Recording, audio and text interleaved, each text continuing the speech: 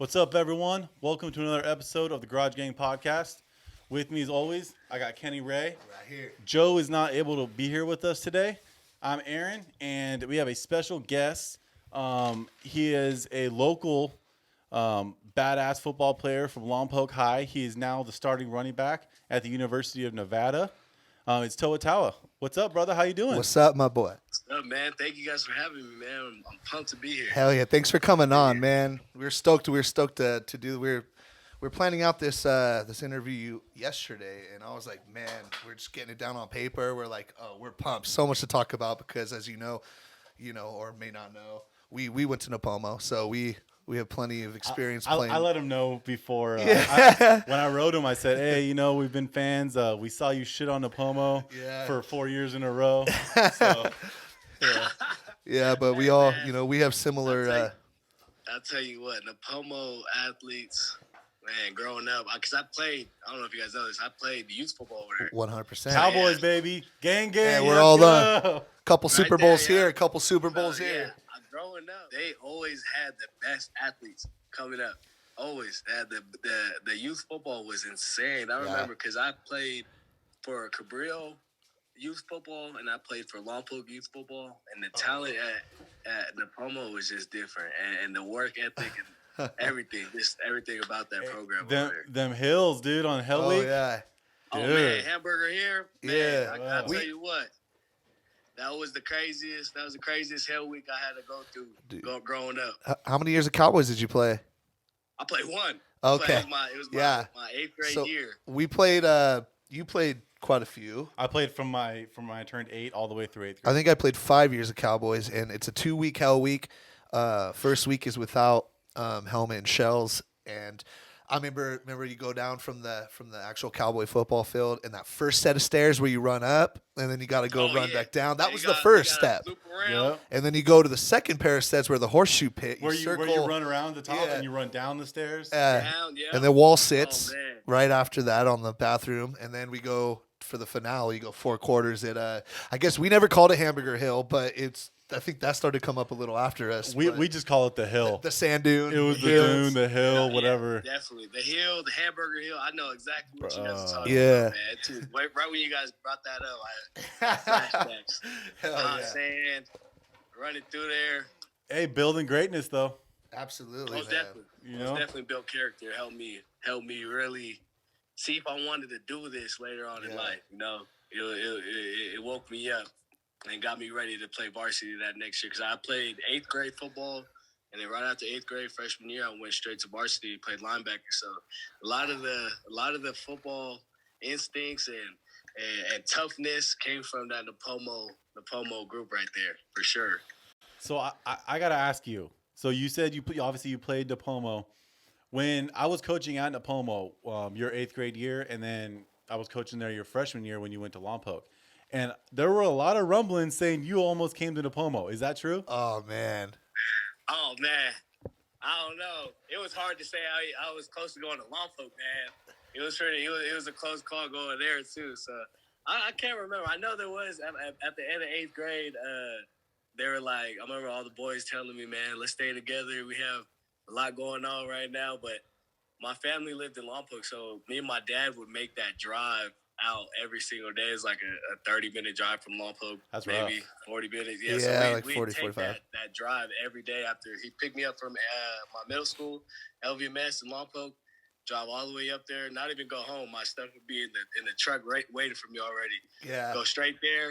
And what's even more crazy is, I don't even think nobody knows this, that like I couldn't travel every single day because gas prices were crazy. And it's ridiculous. So me and my dad would take Mondays off, and we would go practice with Lompoc freshman team. I'd go over there and practice with the freshman team because my brother was the coach at the time, running plays over there for a freshman. So I'd take a break from Monday, going to the Pomo, and I go practice full pads with the freshman high school team. Man, so you already were in. Got me ready, yeah.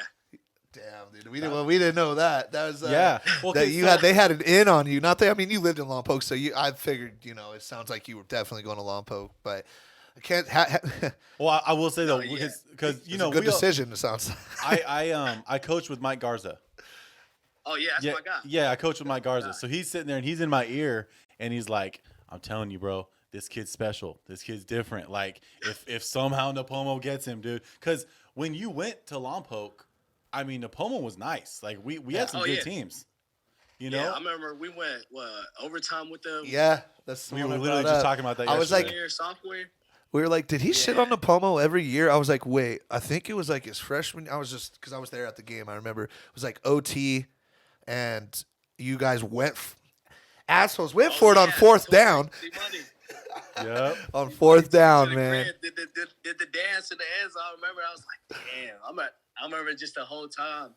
The Pomo guys are over there like, man, you know you should be over here. You know you should be over here. Straight up. And I was just like, man, That was a big y'all game. both my boys, man. I got boys on both these teams right Were now. were your cousins on Napomo at that time? What was like the older one? Yeah, I played against Pua, all the Puas, and then I even played against Keyshawn my senior year. Oh, really? He was Oh, a freshman shit. your senior year? Yeah, he was a young buck. okay. He was a young buck at the time, but I got to see him in Lompoc. We played against him, and then Jeddah. I played against Jeddah. Yeah, all my boys. Damn, was on bro, the team you guys back got then. you got all kinds of family over here. Oh yeah. I got It runs deep. It runs deep over there. It's little, but we run deep over there for sure. Hey, I will say though, I mean, all those guys were studs over here. Jerizon, Oh, yeah, Jerizon, 100%. Jeddah, the Pua brothers, and then so it's funny. I know Keyshawn's name, but the other two brothers, we just called them Pua. They were just Pua. You know what I Oh mean? yeah, Like I'm sure. Yeah, Hey, you could call all three of them Pool, and they'll all just Exactly right. you'll get one. You'll get attention from one of them. It's that hair too. You see the hair, Oh, and yeah. you already know. So okay, so we talked about that family, but what about? I mean, you come from a long lineage of badass football players. So, what was it like growing up in a family of just studs? Beasts. Man, it's just the culture, you know. My dad and my mom, they did a really good job, you know, taking us under their wing and really, you know, just raising us to be not football players, but just trying to be the best person we can be every day, you know, even off the field, and a lot of that carried on to the field for us. You know, my pops, I remember I was 6. I wasn't allowed to play football yet, 5 or 6, and my dad was the coach for my other brothers, and they were like 8th grade maybe, and my brother Vi was in high school already. But I would go out and I'd be their water boy, their ball boy, you know, and I just fell in love with the game, you know, just being around it all my life, you know, just seeing my oldest brother go to the NFL and graduate college, and then my other brother go, you know, play UCLA and graduate from there, you know, really just inspired me as a young age to, you know, do better, regardless of, you know, if I did good on the field, you know, the game is going to take me, you know, places that, you know, I never thought, like, I'm about to graduate this year, you know. Damn you know, right, so it's bro. like the game is taking me to places that I never thought I'd be. That's awesome too, man. That's So, you mentioned that you going to the games and being that, but like having a brother who gets to go to the league and then just getting to see that kind of like, because everyone gets to see the people who they know, like a guy who went to D1. Not everyone knows a guy who went to the league. You know what I mean? So get to be able to see your Most brother definitely. to like reach that, So that I feel dream. like being able to witness that and be around it, you know, when my brother played for Seattle, I remember taking a trip out there and, you know, just being around guys like Marshawn Lynch, Russell Wilson. You know, T.O. was even trying out for the team at the time, you know, and they had the defense back then with Cam Chancellor, Earl Thomas. Legion so of the Boom. squad. it's crazy. Yeah, so it was just like, it was a great experience, and it taught me, you know, that and the NFL is really what it stands for, not for long. You know, NFL is really a cutthroat sport, and me being able to realize that at a young age, you know, helped me, you know, drive and push myself harder, because nobody's gonna feel sorry for you at the end of the day. You know, nobody cares. You know, just work harder. You know, that's what I was always been taught from my father. You know, that nobody really cares what you're going through. You know, even if they say, you know, man, hit me if you need anything, or you hear that every day from friends. You know, but nobody really cares, and nobody sees the work that you put in. You know, when nobody's looking, them after hours. You know, when you stay at the school doing ladders or running them hills, or it's the little stuff that goes behind it. Exactly. That's where all the glory comes from, man, is the off hours that no one sees, where you're in the weight room, the hills you're running, the training you're putting in, just to get good, just to get and keep your body at that peak performance level. Because, like you said, especially at your position, running back, or linebacker back in high school, it's not for long. It's a position. It's one of the most loveless positions there, because I mean, you're just getting hit. When you get the ball, you're getting hit. You're a target for everyone. That's it. Okay, so some I kind of want. I'd say running back nowadays is it. Oh no, you go ahead. No, go ahead. Go ahead. Oh, you brother. Oh no, yeah, I say, like I was gonna say, running back today is a dying breed. Yeah. With how the game is changing so much today. You have the spread offenses now. You have the empty packages. You have running backs that are playing slots. Yep. And the game is changing so much. You don't see too many more Adrian Petersons and I backs running straight down like here, featured backs. Yeah, just you don't see that running back style no more. So the game is changing. So you got to really, being a running back today it's a dying breed. You got to have a lot to come with it. You got to have hands. You got to have hands. Got to have hands. Got to have hands. Got to know routes. Got to know coverages. Because even in high school, I didn't get to play a lot of wide receiver. And I feel like if I could go back, that'd be one thing I'd work on is my routes and knowing coverages, so I can figure out what my hot routes are going to be. If they're in this type of coverage, I got a sit route, or if I got a safety over top, bring it back down. And I'm starting to learn that a lot more now that I'm in college, because the game has changed so much. Now that I'm in college, we run empty. I'm in slot now. I'm by Elijah Cooks, and I'm like, Elijah, the hell do I got over here? Bro? I'm like, you got posts? I got what, 5 yard out?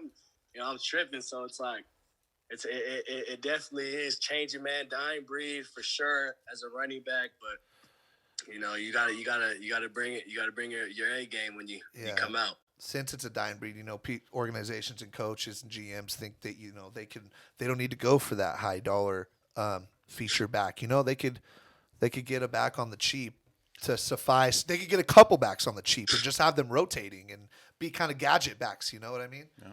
Well, I'm a Jacksonville Jaguars. You see that a lot more now. Yeah, you see that absolutely. A lot more in the NFL and college. It's a lot more 3-back rotation, 2-back rotation.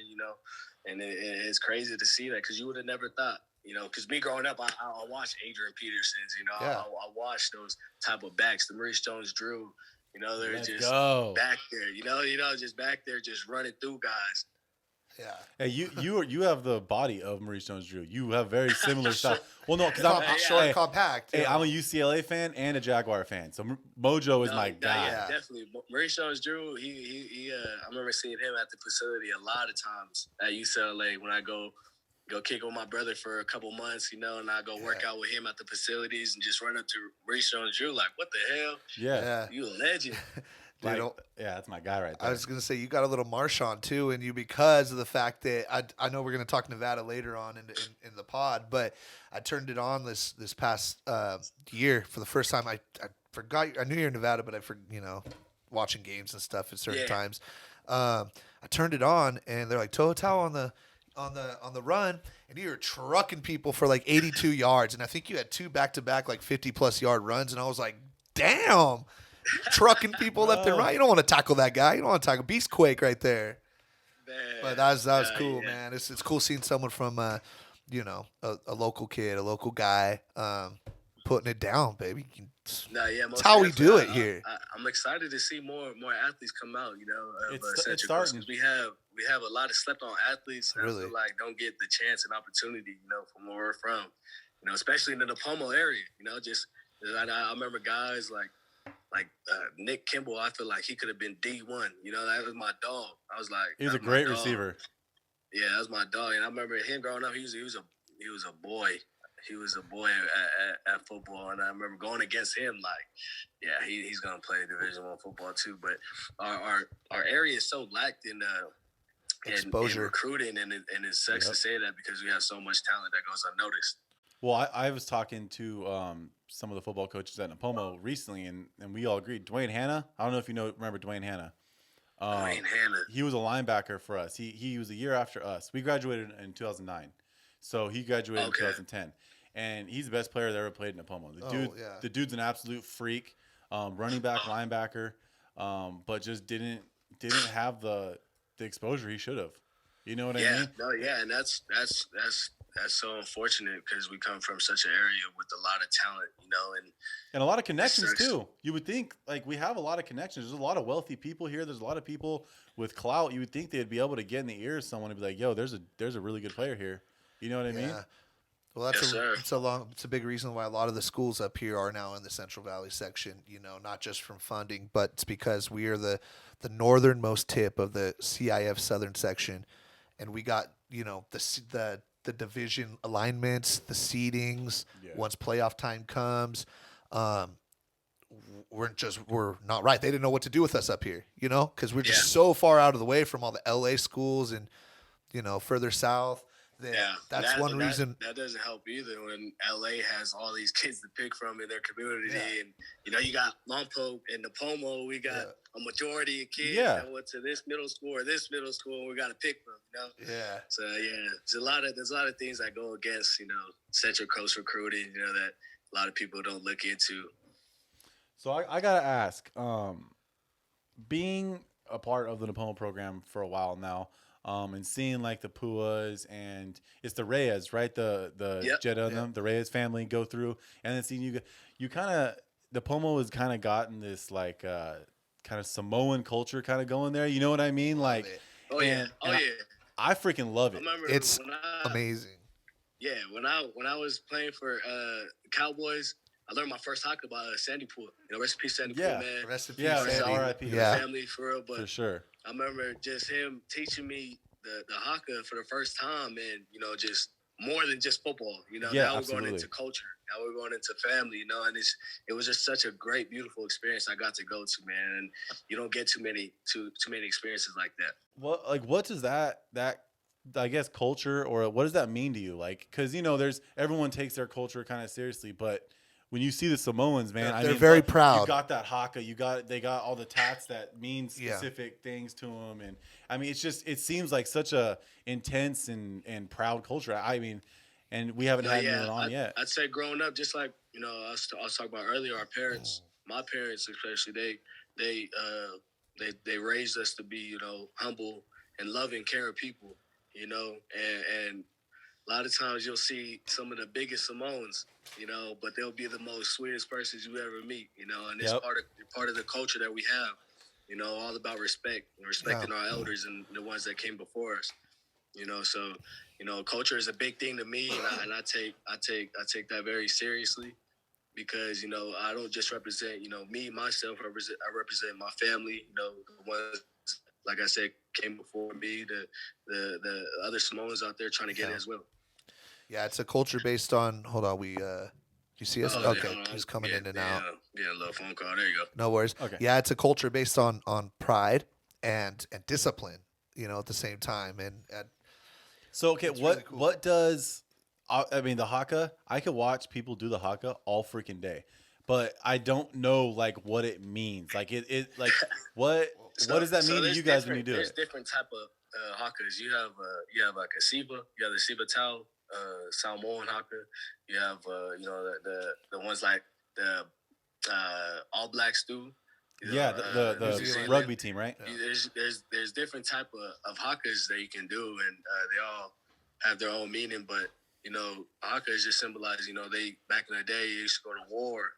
And to tell you we're going to war, like, that's how they was getting ready for it. Uh-huh. They're going to tell you we're coming for you. Yeah. And a lot of things that they're saying in the haka, just it's self-explanatory. So it's like, it's crazy, man. I'm not a part of it, but I get freaking pumped whenever I see it. I got to tell you my best experience with the haka. My favorite experience is the year after Napomo won CIF. It was the semifinals again against 29 Palms, and it was the most windy day, most hard-hitting, one of the most hard-hitting, brutal football games I've seen. It was like 40-mile-per-hour winds. You had everything. Before the game, the whole team. That's what they were fully doing the haka and everything, led by the Puas. Yeah. And they went over about 3/4 across the field to the other sideline, right in front of 29 Palms, and started doing the haka, like straight up, like calling them Yep. out. I'm coming for you. Dude, they were like the other team was getting like they weren't ready for Hype. that. They were like, let's Yeah, they were pissed. And that that opening, and the refs were like doing flags everywhere and everything because it was getting all rowdy and stuff. And I just remember Wani kicked that game-winning field goal with 0 time left to go into the wind. We played Paraclete the next, I think. Yeah. Yeah. Paraclete was nice. Yeah, they were like number 10 in the state.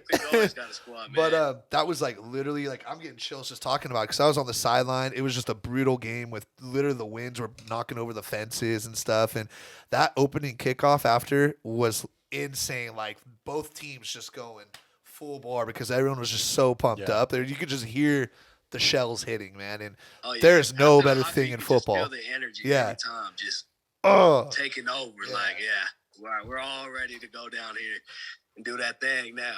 Oh, that's right. I was ready to run through them, and I was like 5 years graduated and coaching, and I'm like, let's go. I'm on the sideline, just like, oh my god, I love it. Yeah, dude. Okay, so we talked about the Pomo. Let's talk about you at Lompoc because you said you were a 4-year starter. Give him those beast stats, bro. I mean, we got down here him a... more than 4,600 yards, 73 tutties, and just that doesn't even include the impact you had on the defensive side of the ball, and just the impact you had on the game. What talk to us about Lompoc, man. Like, yeah, man. So I remember freshman year, it was pretty surreal. I played football my whole life, so it wasn't nothing I knew I wasn't getting into. I knew what I was getting into at the time. I just turned 14. I remember I was looking at these guys like, all right, you're 18, you're 17, you're about to be 18.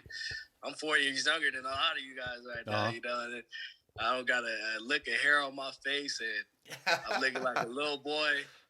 But I remember Coach Jones coming up to me telling me, you're probably not going to get a lot of carries this year. You're probably not going to, probably see running back a lot. We had Derek Porter, Austin Hayes. We had some backs back then. Yeah. And I remember just taking it in like, it's cool. I'm young. Just let's learn. Take advantage of this time. So I started at middle linebacker, 14 years old, and I didn't play too much running back. I probably played I had a couple carries at fullback, but we ran the T offense, so I was that guy right behind the quarterback, just doing the dirty work at the time. But I remember just not playing too much running back freshman year, but really thinking I was going to play defense coming out of college. I got my first offer freshman year to Washington State, and I remember getting the phone call. Bro.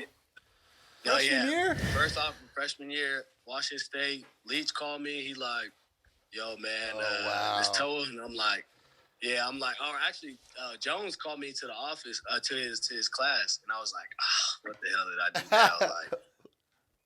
I'm like, man, great. So I go in the office. He hand me the phone. And he like, yo, it's Washington State. We love the way you play. We're going to give you your first offer. And I remember just right there and then, like, all right, life's gonna change right now. You're like, this is real. Life is about to take off. And you got to be ready for it. No matter what. You don't know what's about to come next now. You don't know if another 2 schools going to offer. Is this about to be my only one? What if they're going to take their shit back? Like, I had a lot absolutely. of things going on in my head. And I remember just being so anxious at that moment. Like, all right, I got to change my work habits. I got to really work now.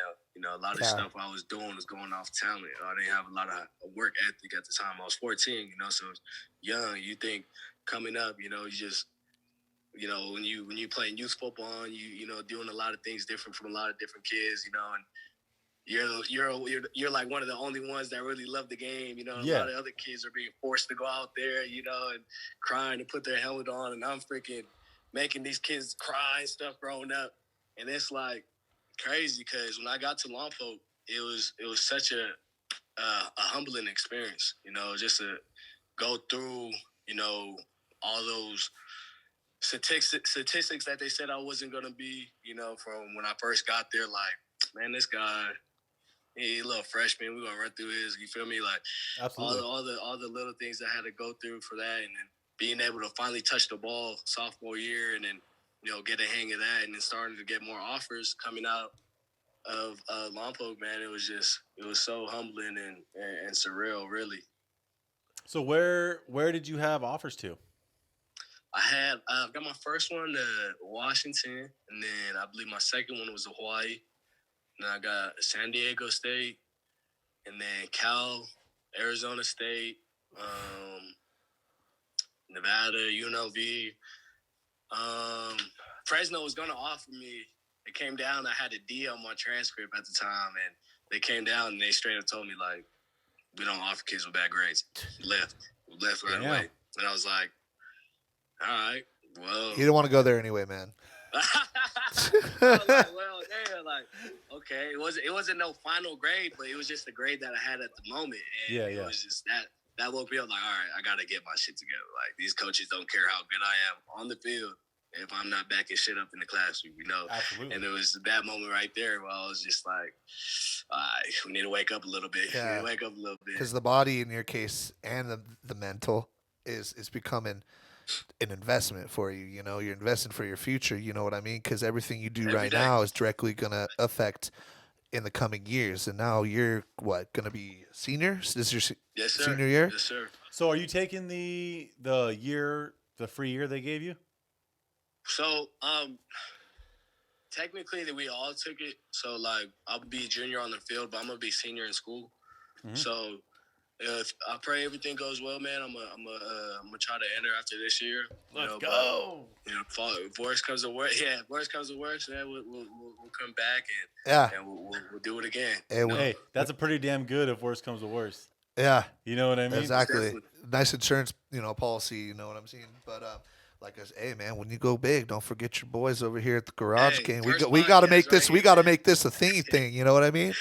Oh heck yeah! So I forget. You had some pretty crazy playoff matchups at Lompoc with a lot of the southern section schools.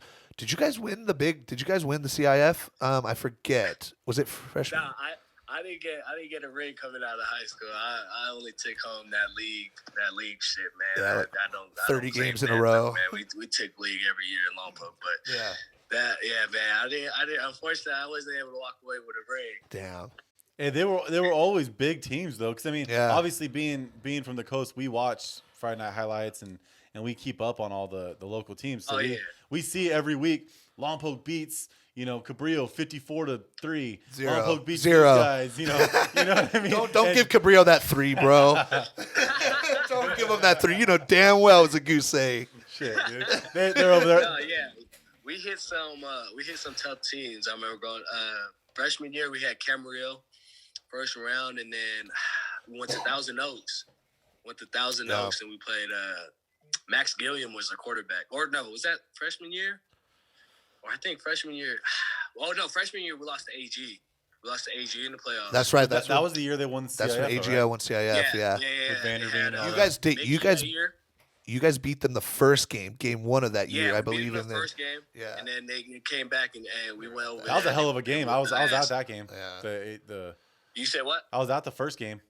Yeah. We were at the playoff game. And the playoff game too. You guys had a bunch of injuries, I think, huh? Your quarterback got hurt. Yeah, that's right. That was my first high school game right there. Yeah, your quarterback got hurt too for the playoff game, right? Yeah. Yeah, Torrey went out, and man, your backup played pretty well though. Yeah, the backup balled out. For sure. He's like number 12 or something like that, I believe. And then go ahead, man. We went. What was it? The second year we lost. So we lost to AG, and the second year we lost to Thousand Oaks. We played against Max Gilliam. That was our quarterback, and he knocked us out of the playoffs. And I'll never forget this. We just went up to UNLV, knocked him out right there. Took my cannon back because he's the starting quarterback over there for UNLV. Let's go, bro. I remember going up to him after the game like, "Hey, I had to get you back, man. I had to. You kicked me out of playoffs, man. I didn't have too many more. You feel me? So I had to get him back. And then third year we lost to who is it?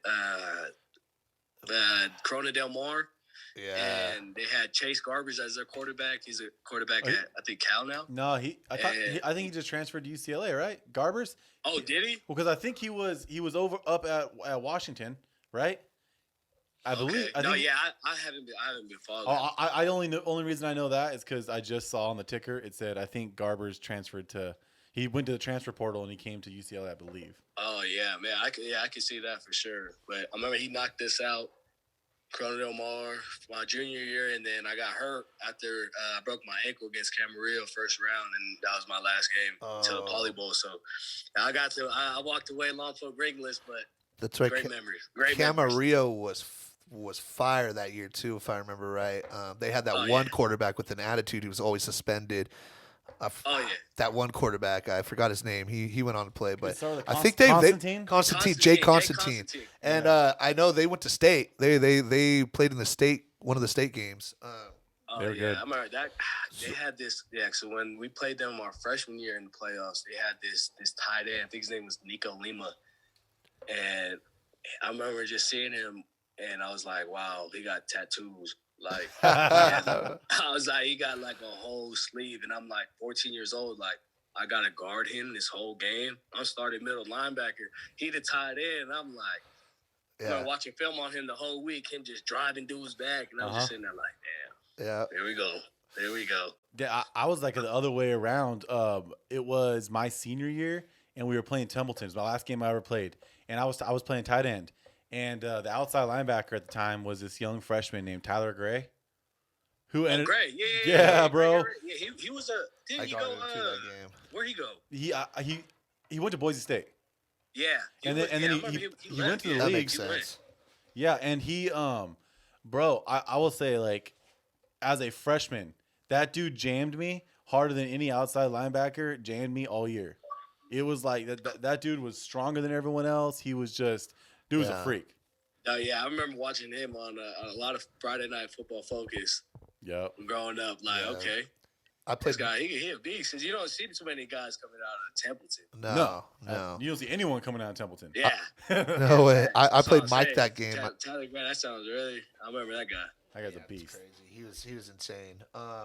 So obviously, for me. It's like, oh my God, Lompoc, I hate them. But I love them at the same time because to me, you hear about running back to me on the Central Coast and, just mostly around this area, they're like running back high school, no doubt. For this area. Like they got legendary running backs, that both, that didn't go on, that did go on, that played in the league, obviously Kaufman, a couple other people. What's your favorite running back, man, in the Lompoc history? I'm curious on that. You could say Toa Taua, I guess, but no, man, I'd have to say, man, I liked one of my favorite running backs was Derek Portis or either LeVon or Nico Hayes. Those guys right there. I feel like you guys expect me to say either Kaufman. I didn't get to see Kaufman. Well, no, I don't expect that because you didn't see him. Oh no, you guys have so many. Not that, but like, a lot of people would expect Kaufman or Sheldon Canley. A lot of great backs, but I didn't get to really see him. Well, you guys, Bobby Collins, we played against, right? Yeah, we had Bobby Collins our senior year. Was it Bobby Collins. Bobby Collins was a great back. Bro, you want to talk about speed? Growing up, and I was ball boy for these guys, and I remember just being at their practices and just seeing guys like Derek Portis and Nico Hayes and LaVon Coleman just go absolutely crazy, being so fast and electric, and pushed me to want to go to Lompoc and run the ball, because I was thinking about going to Oaks Christian, and Bosco was hitting me up, and there's it was a lot to think about because my dad was in my ear too. Like, we could really do this. You could go stay with your brother, and because they're talking about, trying to get some transportation ways for me to, go to Bosco. If I live in Inglewood with my brother, then, commute me back and forth. And it was a lot to think about at the time. But, when I was in the moment, I was just like, man, I grew up with these community guys, and I don't need to do, I don't need to go to a big school to do stuff big. It worked out. Go to a big school so I'm saying to do things, how I wanted to work out. And I feel like, in order to really push forward and excel to that next level that you want to go to, it's all depending on you, not where you at. You could go to a big school and not produce and you won't, feel me? You won't be able to go nowhere. So just being able to know where your feet's at the moment and, just enjoy that shit. Cause, that's really what I feel like I got out of Lompoc was just enjoying that shit, man. That shit was so fun over there. Like just school, like not too many high schools is like Lompoc High School. You could walk right off that campus and not a teacher would tell you shit. It was just everything that went with it. My boys back home, I got to play with them. I got to play with my cousins. That's a big deal, cousins man. I grew up with, so it was just an overall great experience being at Lompoc. Well, listen, you had, that's the game changer right there. If you got to play with your boys. There's nothing like being in that locker room and walking out to the grass with your fucking boys that you just slaved all week, game planning for a team, and you're ready for battle. That's a big game changer, man. And especially that you could have went to the bigger school, the bigger football school, whatever you want, say. But you didn't have any problem with exposure. You had the whole Pac-12 recruiting you. So and a freshman. I seen others do it before me. Yeah. I seen Levon Coleman get recruited out of here. All my brothers, they all got recruited. And like I said, it doesn't matter where you went to school. It's all about what you did and what you produced at the moment. And so, having those guys in front of me, like Levon and my brother and guys like Kaufman before us, make it to Utah or UW and UCLA and go to the league. Just showed me like, man, you can really do whatever you want wherever you go. Just like how I chose to come to Nevada. I could have went to Cal Berkeley, got a degree over there, and became a freaking scientist or whatever. It's just crazy when you think about it and put it together. I didn't really. I tell you, I'll be honest with you. I didn't even know Nevada's record before I came to Nevada. I didn't even know they went 39 the year before. Yeah. And it's just crazy to put all that stuff together and really think about it. Yeah. Well, we'll get more into the Nevada talk here coming up after our segment. We have a little OG segment for you. It's called Travel Talk, and we're just kind of gonna say some of the favorite places we've gotten to travel to. We figured you probably got a couple good ones. So. Yeah, we'd like to hear whether it be, you vacation with the family or whether it be a, recruiting trip or somewhere you went, or, anywhere. Like, where's the favorite place you vacation? Like, you're more than welcome to go first, or if you want time to think, we'll do our part. I think I was just thinking about this today, man. I swear it's funny. I did this, so it's called Grad Week. You guys had Grad Night, right? Yeah. So Grad Night was in Disneyland. We had that too. I was a junior at the time. My cousin and my sister were seniors, and they both went to Lompoc as well with me. And they had the Grad Week going on, and my sister was one of the lead persons that like sign people up around the school and stuff. And we were going to Hawaii. For a week. And I was only a junior, and this was a senior trip. And so I had flight benefits from my aunt, and she got me a ticket to Hawaii to go with them same day. I had a buddy pass with my sister. And so when I got off, when I went to the airport, I got my plane ride was the same time as them. And we get to Hawaii, and they're like, Grad Week. And I paid for my own flight there. I wasn't even part of Grad Week. Yeah. And they're like, Grad Week. I'm in Hawaii already. They give me the ULA off the chain. They're like, all right, bus 3. I get in bus 3, and they're like, hey, we're missing it. It was one kid was standing up, and I'm in the back. I'm already sat down. I got some email. I'm already sat down already, and the chaperone like, hey, we're missing one. She's like looking at the thing, and she's like looking around, and she's like, oh, something's not adding up. And then one of the chaperones like, here, you can just take my seat. I'll stand up. I'm in the back like, yo, that's so freaking awesome. The hotel was like maybe an hour away in Waikiki, or like 45 minutes from the airport. So I was like, all right, so I got a ride to the hotel. I'm good. I'm green now. So we get to the hotel, and they're like, all right, we're going to do orientation, and we're going to check people in at the front, at this, in the lobby. So we go to the lobby, and they're like, give me my bracelet. And once I got the bracelet, I was like, I'm good. Yeah. I'm out of here.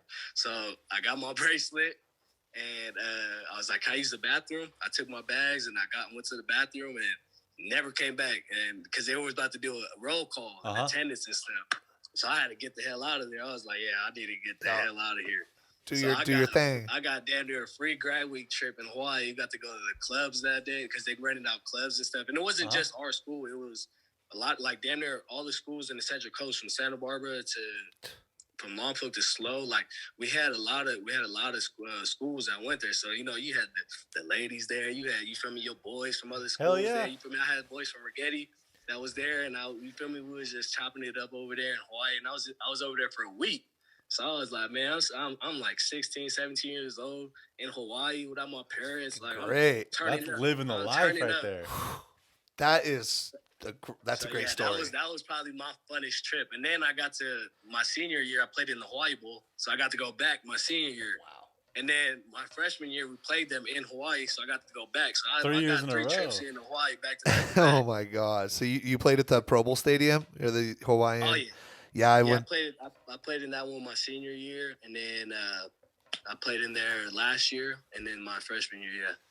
The Rainbow Warriors.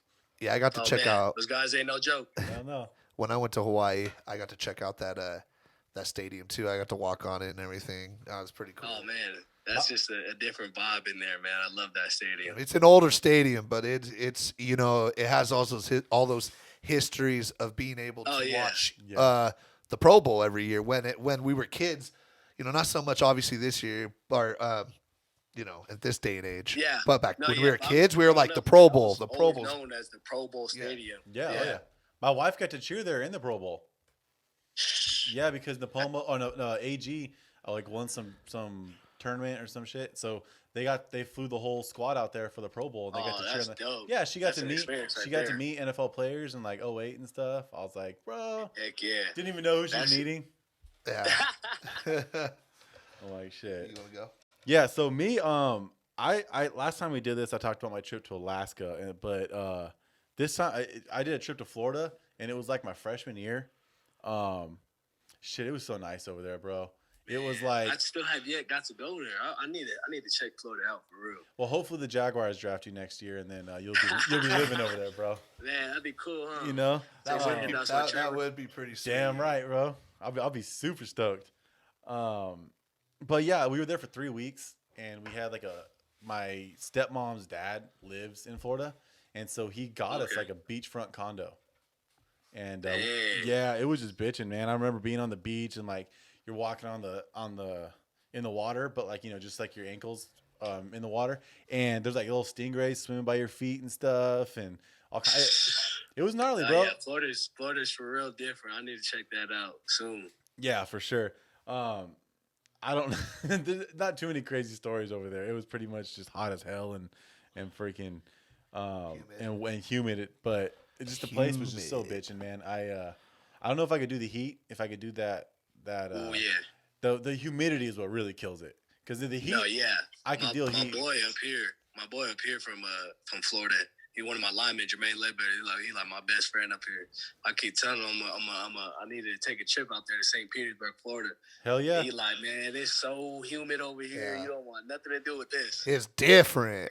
It's different than the coast. Oh yeah. You got Nevada, that dry heat though, right? Yeah.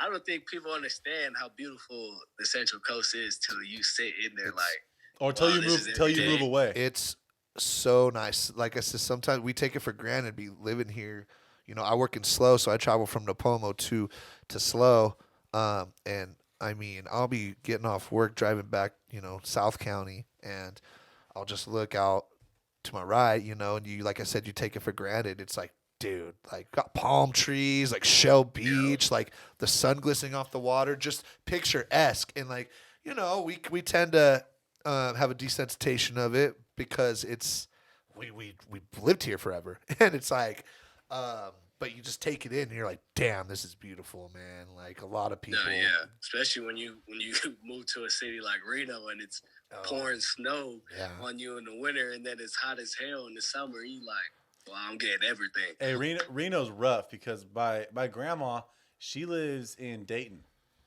So Dayton's not too far from me. That's like down the ways, right outside of Carson City. And we go visit every Christmas. Every Christmas. So we go up yeah, there and it gets brutal around that time too. yeah, and it's like, man, dude, and we'd always go visit Reno because, the biggest little city. Go up Biggest there little and city. we go check out the pepper mill. Oh, hey, I tell you what, they owe me $400 still to this day. They robbed me, man. I can't even go back there. Oh, the pepper mill, man. That place was a shit when I was a kid. What is that? It's a big casino.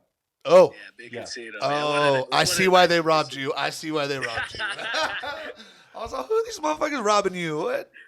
Okay, it's a casino. That's right. That all makes sense. It's Reno, yes. Nah, yeah, man. Me and some of my boys came up from back home, and it was like, man, let's go hop on the dice table, man. Let's go shoot some craps. Man, you can't shoot craps anywhere else but Nevada, so they like, let's go get on it. Yeah. Man, we was at the craps table, blackjack, messing us up, man. It's just all bad. I haven't been back since. Yeah. Hey, you should go back. You won $400. Damn. Nah, they ain't won. They robbed him of $400. Oh, Yeah. I thought you were saying that they. I was like, damn, bro. Yeah. So for mine, last time I talked about my trip to New York where I went to go see UFC 500 at Madison Square Garden. It was Nate Diaz, Jorge Masvidal. Yeah, that was for the BMF belt. This one's a little more tamer. I was just going to talk about the time where it was like summer going into sophomore year, I believe, and my parents and I took a road trip to visit my mom's friend in Iowa. Went over there. You drove all that way, and then spent a few days over there, explored around over there, and then we drove up through Minneapolis to North Dakota, where my great grandma we were celebrating her 100th birthday. You said you drove? Yeah, we drove all around. It was a whole road trip. We met up with some other family from California and North Dakota at my great grandma's farm at the time, and it was crazy because the town North Dakota is literally nothing. It's small old school towns, and they had my great grandma's 100th birthday in this town hall, and literally the whole town comes.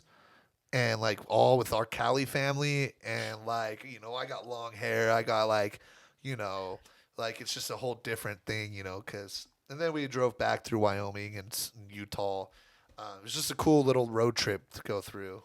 Long, whole lot of nothing for a little bit. I'll tell you the worst state. I tell everyone, worst state I ever drove through was not Iowa. Iowa was cool. Wyoming was super beautiful. Red rock, mountainous. It was Nebraska. Nebraska was just flat from west to east, just flat, and it smelled because of all the, where they, butcheries and stuff. Yeah, it smelled like cow dung, everything, and it doesn't. There's no cities, literally no cities until you reach the very east point of Nebraska, and that's where Omaha, Lincoln is. But. Oh no, it was a pretty good road trip. I've been thinking about road trips here lately. Yeah, we're gonna be making some here for the garage in here pretty soon. Well, that's gonna do it for travel talk. I gotta say, I liked your story the best. Yeah, that was a great story. That was a legit It's story. funny how you guys asked that. I was literally sitting in bed today, Yeah. hey, I remember that trip I took when I was 16, 17. That was just the funnest time. I remember just being so not having shit to do. Yep. But being in Hawaii, go to the beach if I wanted to. We had a rented car. It was just we had everything at the time. And you weren't even part of the school or anything, so you could just do whatever you want. They had my name nowhere on no clipboards. So I was just hey, I could act a fool right now. You were off the you were off the grid, man. That's so cool. Yeah, that segment was brought to you by our beautiful sponsors at Man Rock Brew. Go check it out, AG. Go get yourself a beautiful one of these big, beautiful crowlers right here. Get some beers. Bad boys. Yeah, for everyone. Check it out. They got great food too. So get our little plug in right there. Yeah, that's our little plug. There you go. All right, so transitioning from that, we're gonna go into kind of your college career. You mentioned the schools that were after you, that had offered you. Why Nevada? Just their, they didn't fake the funk with a lot of their stuff. A lot of schools that I talked to and and visited, they told me a lot of stuff that I just wanted to hear, not a lot of stuff that was going to be real. And I knew it wasn't going to be real. And if it wasn't for having, my brothers before me get recruited, them informing me, I would have been a young cat just feeding into it, wanting to do what these other schools tell me that they had for me, but never really had anything set in stone. And either the Nevada I'd say, but they kept it real. They told me like, you're gonna play when you get here. You may not be a starter, but you're gonna play. And I remember just asking my brother at the time because he was a GA. He wasn't even the running back coach.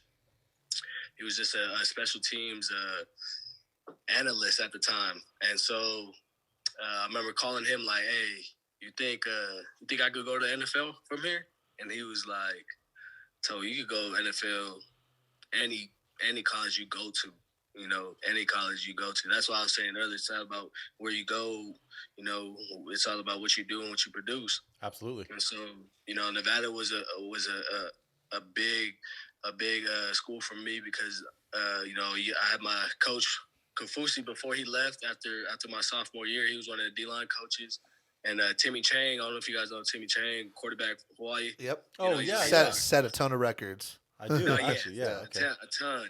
So he was recruiting me, and he's our wide receivers coach now. And those two I feel like played a huge impact on why I came here.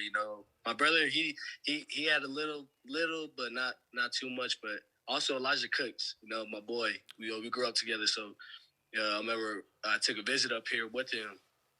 And I was a junior. He was a senior, and we drove up in his RV. And I remember coming down, and I got to see my brother. He was still GAing at the time, and I got to visit my nephew. And I remember being up here, like, man, I can see myself, turning this around. Absolutely. Having an impact in this, and being somebody here, because I feel like I remember seeing my brother go to UCLA, and he fought a lot of shit that he couldn't control. Like he had Kenny Clark, Eddie Vanderdoes, Tack McKinley. He had all these guys in front of him, and it was just a lot of political shit that he couldn't, deal with, And absolutely. I remember like going into Iowa State, and I took a visit over there, and I forgot the coach's name. I can't recall it, but I remember sitting inside the running back room with him, and he threw my film on, and he was just feeding me, all this stuff. Like, man, you're a great back. You do this, you do that, you do this. You're gonna come here. You're gonna be the star. You're gonna be, the starting running back. Everyone's gonna know the Taua name in Iowa. And it was just like, damn, I like that. My dad, the facility was cool. We got to eat steaks and lobsters, we're eating, donuts and ice cream, getting served to us in this nice-ass facility, 4 or 5 different uniforms. And I remember sitting there like, man, this shit is too good to be true. I don't know why, but it is too good to be true. You saw right through it. And on the flight back home, and the running back coach left to Northwestern. Just like that. They didn't even inform me. I checked Twitter, and he's new running back coach at Northwestern. And I remember Campbell calling me like, man, you still got the offer. We still want you. Blah, blah. And I'm like, I don't even know any other coaches there. Like, you feel me? Like, I only knew this one. I don't even know his name no more. And I felt like I had a connection with him. And then when that happened, it was like, I didn't even know this guy. Uh-huh. He just telling me all that stuff that I wanted to hear, and then he just left. He It's wasn't going to help absolutely. me if I committed, and then signed to Iowa. He left, and then I had a new running back coach come in that didn't like me. Yeah. And it was like I didn't want to have to deal with none of that stuff that I didn't have control over. And I felt so comfortable in Nevada. I had my brother here, I had my nephew here, I had Cookie here. I had Timmy Chang that I had a strong relation with, Kafusi, and even Jay, I had a strong relationship with Jay too. So, I didn't feel this vibe from any other school. No other school was really, trying to, make me feel comfortable enough to, accept me and my family. That's what Nevada did for me. They accepted me, but not only me, my family as well. Now my mom and dad moved out here. My brother brought a big old crib for all of us to stay in, and it's just worked out perfect. We're all together, and everything just happened for a reason. That's awesome, man. Yeah, it sounds like you found the perfect place for you. You know. Most definitely, most definitely. Which, like you said earlier, is the most important thing. Because you could have gone to, like you said, Cal, but say you get behind, they recruit a 5-star, and the coach falls in love with that guy, and then all of a sudden it's you fall out of political. favor. Then you got I'm a 3-star recruit. I'm 5'8" in some quarters. 5'9" and some, and I was like, I wasn't the fastest, I wasn't the biggest, and I had a lot of things going against me to where, like, any coach could have came in like, nah, we're gonna go with him. He runs a 4.5. Him, he looks like he got all A's in class. Let's go him. And Nevada just made me feel so comfortable where I just knew where I needed to be. Well, because you had mentioned Nevada had it rough before you got there, but when we were in high school, I still remember probably one of the best games in Nevada history was when Kaepernick was there and they beat Boise State. When Boise State was undefeated, trying to go for the. I was right there. I was right there at that game. Oh, you were? Yeah, my brother was on that team. No. Oh, shit. that's right. Yeah. So we traveled. We traveled to all my brother's home games. His senior year or junior year, can't recall it. But my dad pulled me out of football. I was like 10 years old. I had just got bit by a rattlesnake, so I had to take a year out of football. And my dad would drive us up to Nevada every Friday in our green Suburban. Man, crazy. It was crazy. It was a crazy game. I'll tell you that, man. Just being able to rush the field and just being in that experience, made me love Nevada at a young age. Witnessing one of the worst kicking performances in the history of freaking. Brosman. Yeah, he had rough times that whole season. They had the team to go to the national championship. That was the Titus year. Young, Austin Pettis. They had Doug Martin too. I think they had Was Kellen Moore the quarterback? Yeah, was he? I think he was. He had to be. It was Kellen Moore, right? Kellen Moore. Yeah, Kellen Moore was the quarterback. Yeah. Crazy. Yeah, they had a squad that year, and it was senior night, and I got to go on the field with my brother and my mom and dad. And I remember walking, my brother put the Nevada helmet on me. And I'm walking on the field like, man, it's game time for real. I'm 10 years old. Like, that's foreshadowing. Like, the crowd was filled out, guys yelling. Ooh, I'm like, man. And then Boise State, their defense, I'll never forget this. They're like, have a safe trip home. They're like, have a safe trip home. They're like, this is our senior night. This is our senior night. I remember just talking shit the whole time we was on the field. And then they got their ass whooped, man. I remember that game was crazy. That was man. Those 2 missed field goals by the kicker, and because we're sitting here and we're watching it, and we still talk to this day about that day. That was a day that lives in infamy in our personal relationship. It's like because that was the year Cam Newton was at Auburn. And they beat Alabama that day, and they were down like 21-0. Cam comes back, beats them, and then there was another really good game on, and then it finished off with the Boise State, Fresno State, or Boise State. That game, I remember just a roller coaster of emotions. I remember going down, thinking we lost the game. Titus Young just caught the ball in like the 15, 5. Yep. What was he like? He was close. He was down there. It was a short field goal. It was like a 20-something yard. Yeah, you got to make that. I remember just me and my cousin, we was like, man, this game's over. My brother we used to walk by the locker room. My brother used to pick me up, and we used to go in the locker room together after every game. And I was like, man, let's go get ready to go over there, man. This game's over. He's about to kick this field goal, and they about to run in. You can't miss it. I was like, we can't miss by. So we started walking down, misses the field goal. I'm like, oh my God. We watched the game. We watched the game from behind the field goal post the rest of the game. And me and my cousin just sitting there like, damn, we really just won this right now. Yeah. Rushed the field, did the whole 9. We was like, man, this is crazy. I didn't know it was senior night. That makes it even better. Oh yeah, senior night. They had the don't stop. Believe going crazy that night.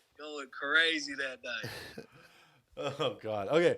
So obviously at Nevada, like you said, they said you'd play your first year, So you have been playing since your freshman year, and not just playing, man. You've been producing.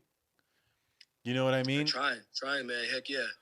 And not just like one game, man. You're putting up numbers, and every single time I turn on a Nevada game, I see a Toa Taua run of at least like 30, 40 where you're trucking someone. Consistency. Or you know what I mean? So They don't want to tackle you, bro. That's crazy. I don't want to tackle No. you, dude. Hell no. we Yeah, passed yeah, that yeah, now. for sure. And I think I read something. Did you win Mountain West Freshman of the Year? Yeah, I got freshman year. My guy. Yeah, that was a great accomplishment. I had coming in. You know, it was one of my goals I had written down coming in that I wanted to take that accolade with me. You know, at the end of the year and being able to wake up. I remember I woke up. My brother called me out of missed call. I had like 3 missed calls, and I'm like, I'm screwed. It was like just how when Jones called me to the office for my first offer, I'm like, oh great, I'm screwed. I called him back, and he like, did you miss class Thursday? And I'm like, I don't know. He's like, all right, well, you got a freshman year, freshman All-American of the Year or whatever. And I was like, just waking up like, what? What does that even mean? Like, you just like that? Like, who told you? Yeah. It was a great experience, man. And I'm thankful to be able to take that home with me because it shows it looks good on the resume. Hell yeah. And then you got honorable mention your sophomore year, correct? Honorable mention, yeah. And then I think I got second team last year, but man, we're gonna get that first team for sure this year. I ain't even worried about it, man. Dude, last year at the end of the year, you guys started putting it together. Yeah. Oh yeah. No, I could tell you guys started out we rough. should have But won it last year, but we had a lot of injuries go down. So, being able to have that COVID year with everyone being able to come back with their eligibility, helps us out a lot because we get literally my whole line comes back. And they're all seniors now. Yeah. We probably got like one junior in there at guard or something. But, other than that, we're just looking so powerful, and we've been so young the past years, and Yeah. a lot of guys coming in and out, a lot of coaches coming in and out. And this year, honestly, man, I can't even lie to you, man. It's the best football team I ever been on playing my whole life, and I'm so excited to be a part of it because, we got guys like Romeo Dubs, going to be a first, second round pick.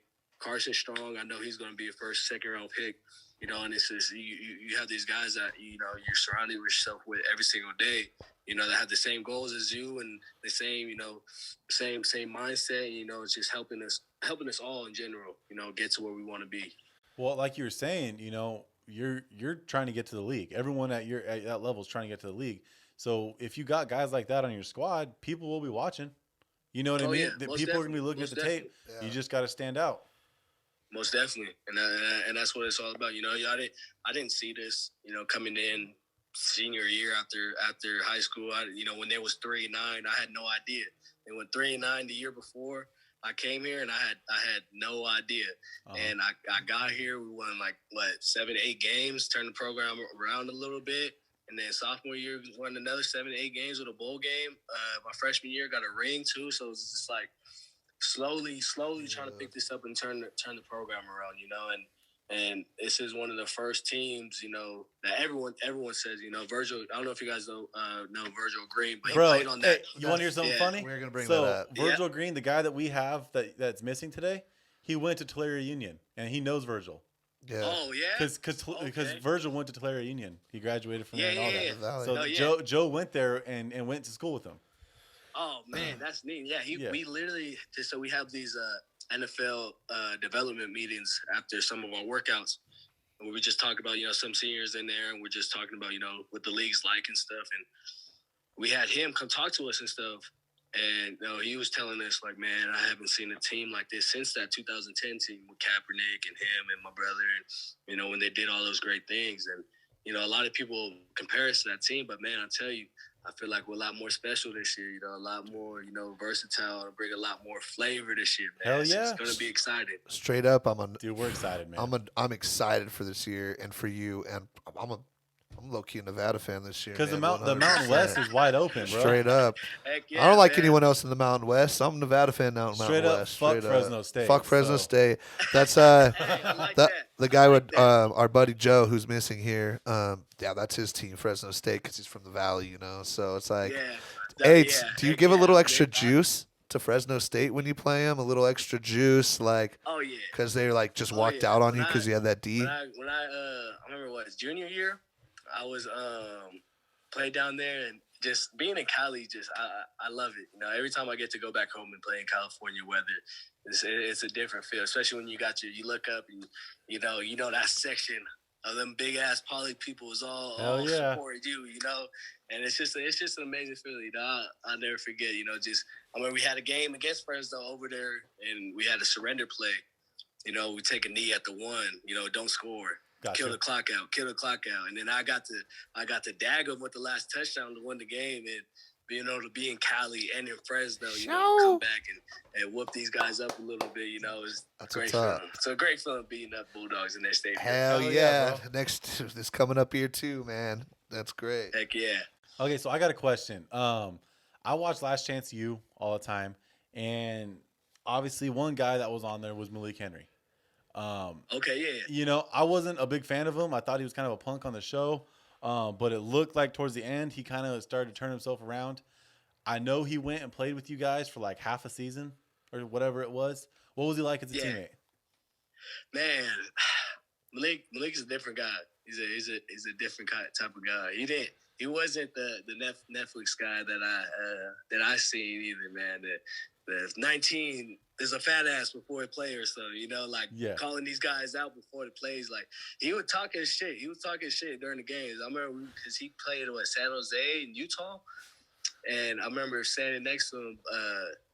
That guy was just a handful, man. Just calling guys out, you know, just left and right, you know. But you know, overall, he wasn't like that. You know, he talked a lot of shit on Netflix. You know, but he wasn't like that. He was really quiet, you know, when he was here. You know, I feel like being at Nevada really not humbled him in a way, but you know, sat him down a little bit and really, you know, made him look at life, you know, secondhandly. You know, like damn, I'm not really the man here either. You know, because he had competition with Carson Strong, young Carson Strong. He had we had Chris Delano at the time too, and we had like a 3-man rotation going in. So when he got here, you know, he was just a quiet dude, you know, not really around, you know. So you know, a lot of people always ask me like, what was he like? And I was like, man, quiet, you know, he was just a quiet guy over here. And he didn't really say much. I can see the humbling thing because he went from Fresno or Florida State. Florida State, and then he bounced back, and then. Yeah. Wait, did he go to another school? I think he came here from Juco, right? He went to Independence and then he went to you guys, I believe. Oh yeah. And then came that. So yeah, man, that guy. I tell you what though, he had one of the best arms I've seen. That's all. I'm not everything that's been talked about him. His talent is through the roof. It's the attitude that holds him back. Yeah, attitude and mind too. You know, he wasn't. I feel like. He could have took it a lot more serious, you know, when he was here, you know, in the playbook and just knowing the plays and stuff, you know. But that's what really I feel like was a downset for Malik was just, you know, here. Yeah. You know, a lot of here problems, you know, mental problems. And that's what you could tell through the show. It was so crazy how he just had the athleticism to just make like he was throwing balls where I was like, that was a good ass ball. Like that only he could grab that, you know. So yeah, other than that, man, he was a great athlete, dude. Yeah. So what's it? Speaking of another Nevada football alum, does Cap make any appearances with you guys? Nah, I haven't seen Cap really, Kaepernick, but I feel like Nevada doesn't also show a lot of love too. You know, when he was going through taking the knee and doing the whole, you know. The whole protesting and, you know, silent protesting, I feel like they weren't backing him up, you know, 100% when that shit was going down. And, you know, now everyone looks at him like he's, you know, he's an iconic, you know, hero to a lot of people. But, you know, Nevada, I feel like wasn't showing. There's probably one picture I've seen of Colin Kaepernick, 2 pictures, you know, in our weight room and one in the dorm that I seen freshman year. And you know, but that caliber guy, you know, what he did on and off the field for not only Nevada, you know, but for, you know, the black community and, you know, just unity in general.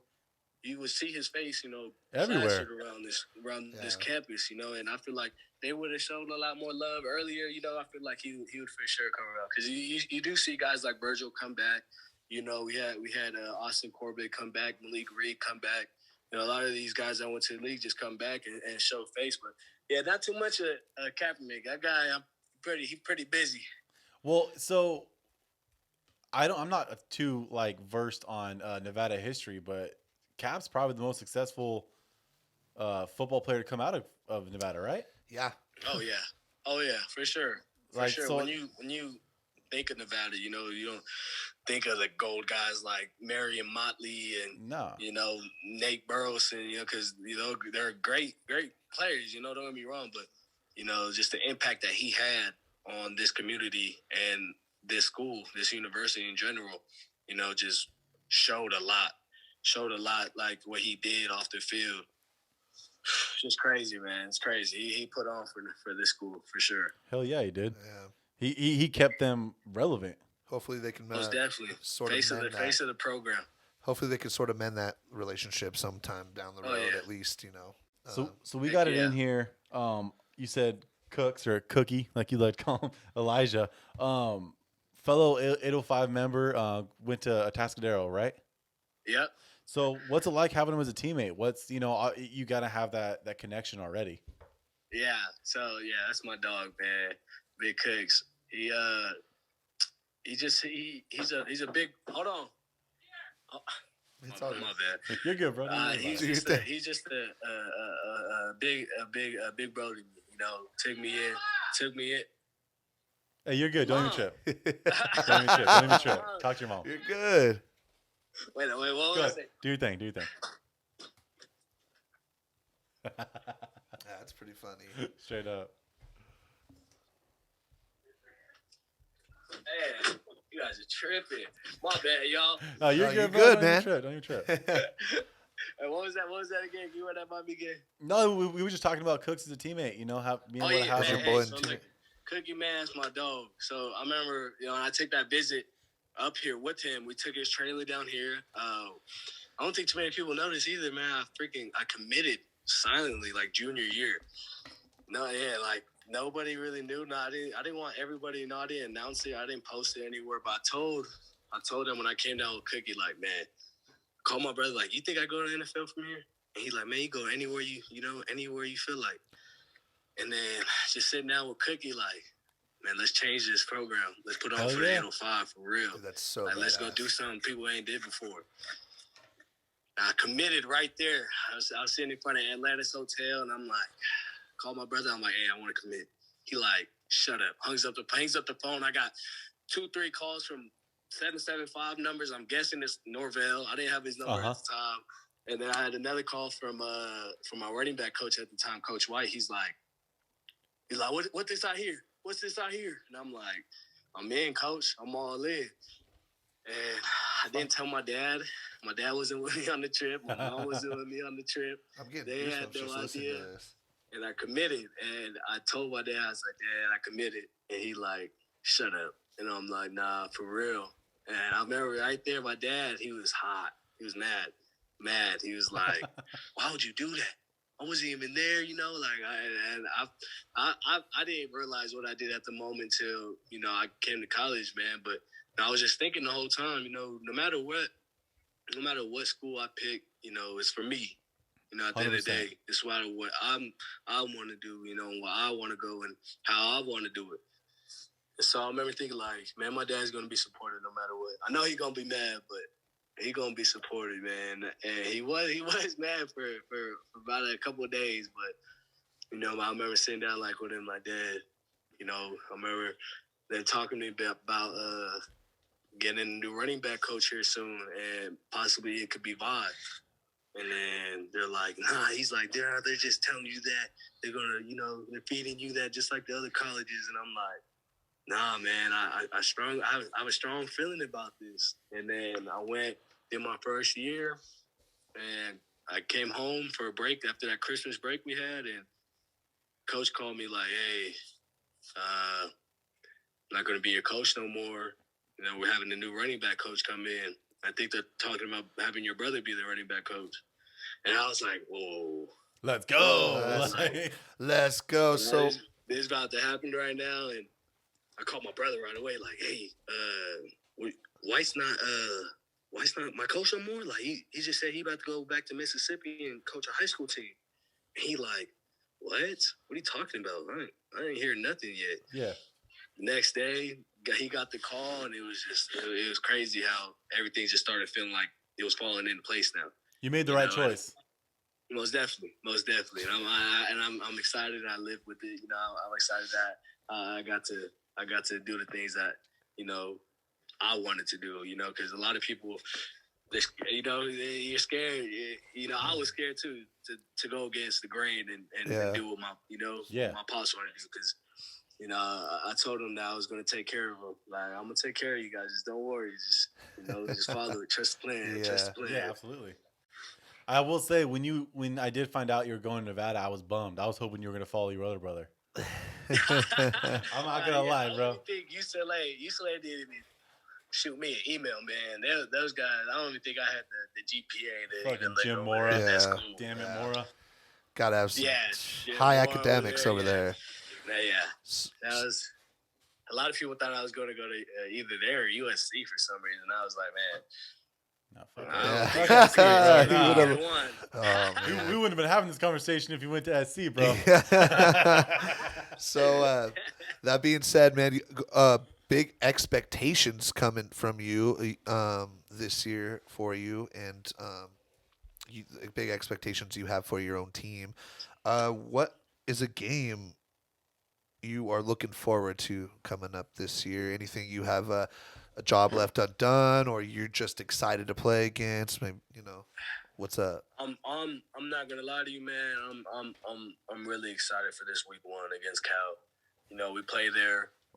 Wow, yes. You know, probably going to be sold out, or you know, maybe they'll have fans, maybe they won't. But if they do, I hope it is, and I hope it's packed out. You know, and I'm most excited about this because. We played a couple Pac-12 teams. You know, Oregon whooped our ass, but we put it on Oregon State. Good. My freshman year, and being able to take down another Pac-12 team is going to be great. You know, good for the resume. Good start to the year too. I'm really excited for that game and just to go crazy against them, man. That's a great game. I can't wait to see that. Who's your senior night against? And I hope it's UNLV, because I think that's usually who we play at the end of the. Is that the big rival? Well, whoop that ass, huh? Yeah. So we played it. So we actually got the first dub in Raider Stadium college football last year. Yeah, that was. So I had caught COVID and had to miss my first game against Wyoming last year, and I had to sit out and quarantine and watch my boys from home.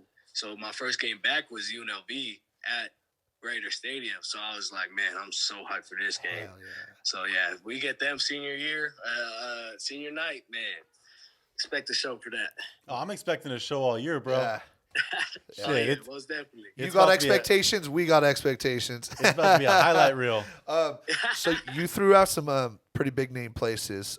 Where's your favorite place you played? Or, I mean, I guess it's not a complete question yet because you still have one more year and probably some big games. But up to this point, where's your favorite place played? Ooh, Raider Stadium for sure. Yeah, baby, the Death Star. How was that, man? It's just an amazing place. Legion Stadium. It's just the whole experience, you know, like just being able to, be in a new stadium that hasn't been played in by college, teams yet. You know, just being something new, and you just looking around like, wow, like damn, this is my first time playing in the dome, and I'm looking around like, this shit's about to be active. And then we staying in this hotel. We got this beautiful ass view of the whole strip, and just losing to these dudes back to back, and fighting for that cannon back. Yep. It was just, I remember that was one of the most exciting games last year, especially because it was my first game back, and being able to get that cannon back was something crazy. So is that like your number one rival at Nevada? Because I know they're the local Nevada team. So. Yeah, they're the community college up north, so we always have to put it on those guys. That's what's up, dude. Good. Okay, so you've mentioned going and playing in Raider Stadium a couple times. Are you a Raider fan? Are you do you got a team? I'm an NFL guy, man. Okay. I like teams. I just seen my brother go to NFL, and I got to see how things work. I was a Chiefs fan growing up. My whole family was Chiefs fans. During the Dante Hall era and Trent Green. And we was all diehard Chiefs fans until my brother went to the NFL. So now we're all just watching the NFL, loving this stuff till I get to be on the team. Hell yeah, dude. I'm gonna tell you, you get on a squad, I'm getting me a jersey. You better believe it. Oh yeah. You better believe it, bro. Oh, I'm gonna have to get you guys. I'm gonna have to get you guys. So, dude. We have we're starting in our background, or at least in our little studio. We've had the luxury of having some pretty good, solid names on so far, and we're kind of start wanting to dress up our studio with memorabilia from people we've had on, and we would love to get something from you, man. I can't, heck yeah, for sure. Yeah. One thing I do want to ask, if you have any available Nevada jerseys. Oh yeah, I have one. I have one laying around here somewhere. I'll send you a picture off Instagram. Yeah. I go in the garage. My dad got a whole little setup of all our jerseys. Hell yeah, bro. I want you to be on more than once, man. Central Coast, we want updates. We're just down the line, the years to follow, and it's just gonna be a good relationship, man. So heck yeah, man. You guys got something good going. For real. I appreciate it, bro. I got a question to ask you. I'm a father. I got 2 little girls. I saw on Instagram you recently just became a father. I got my little man in the room. First off, congratulations, my guy. Congratulations. That is awesome. That's huge. Appreciate you. What's it like, bro? What's it like trying to balance school, football, family? I can't over stress it like I'm the one, going through them late nights, because I'm not. That's mom. Mom, she's doing the dirty work. She's the one like me grinding. No one's looking. Yep. She's doing, feeding him, making sure he's straight. And, she does all the behind the scenes hard work, man. So I give all the credit to her, man. She does it all really, and she makes it easier for me to go out and work out and do the things I have to do in order to invest in myself. Like we was talking about earlier, investing in my body and making this really an investment for myself and for us now. So being able to have the mother that I have for my kid, being able to watch him and make me feel safe and comfortable and do what I got to do, it just makes everything a lot easier. That's key right there, man. I got friends and family and stuff who want to talk about like, ooh, I'm getting older, I want to have kids. And it's like, bro, make sure you find the right one. Because if you don't have the right one, it doesn't matter. Complicates everything. For sure, man. Yeah. For sure. It definitely helps me out knowing that she's just a perfect mother, man. She does it all. That's awesome. I'm happy for you, bro. That's awesome. So one more question, man, and this is a little offbeat, which is taking a left turn, and we'll get you out of here. It's just a low-key little, we'll call it 805 Eats, but it's just going to be an eat section. I want to know what your favorite Samoan or Polynesian dish is, or do you have something close to you that maybe mom cooks or anything like that? Like, just give us something. Man, what's so crazy is my favorite meal is hamburger helper and rice. I can't even make this. With a lot of kids, man, I bet that was hamburger helper was out a lot. My mom made hamburger helper my whole life. Make a whole just basket full of it, you know what I mean? Yeah, bro. So like. What's your favorite? Hamburger helper, is my favorite dish, and it's crazy because my mom always hits me up on my birthdays. Like, what do you want for your dinner? Every year you growing up, what do you want for your birthday dinner? And my dad's like steak.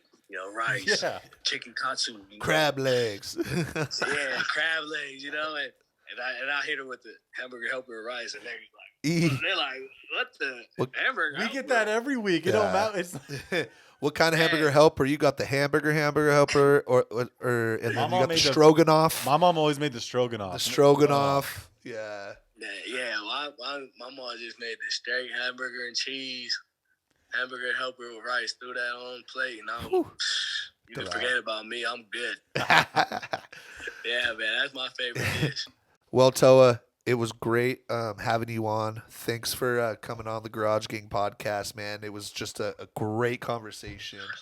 We look forward to what the near future brings and what the future ultimately brings, man. Most definitely, man. I appreciate you guys, man. You guys are great vibes. Absolutely, you guys are great man. energy, man. Great. Thank you for having me on my first podcast again, man. For real. Really means a lot. Awesome. I won't forget about this, man. You know, and I'll carry this with me. So one day I can try to start this up. You know, start one of my own. Hey, you ever got questions? Ask us. We're an open book, bro. Yeah, we're still learning too, man. We're still learning too. It's a process, so just ask us. Yeah. We'll handle it, man. Yeah, man. I appreciate you guys for real, man. All right, my guy. Hey, like he said, we're gonna get back on this. We're gonna do it again. We'll set up another time, maybe after the season. Oh yeah, bro. Whenever you guys need me, man. Yeah. I'm honestly, man, open heart. I'm willing to do this whenever, man. Yeah. Whenever. So just let me know. I'm with you guys. You guys are my boys. Hell yeah. You know, we're good now. All right. All right, everyone. That was local football Central Coast legend Toa Taua on with the gang. That's a big GG's from us, baby. Yeah. Garage Gang. And final, before we head out, go Titans.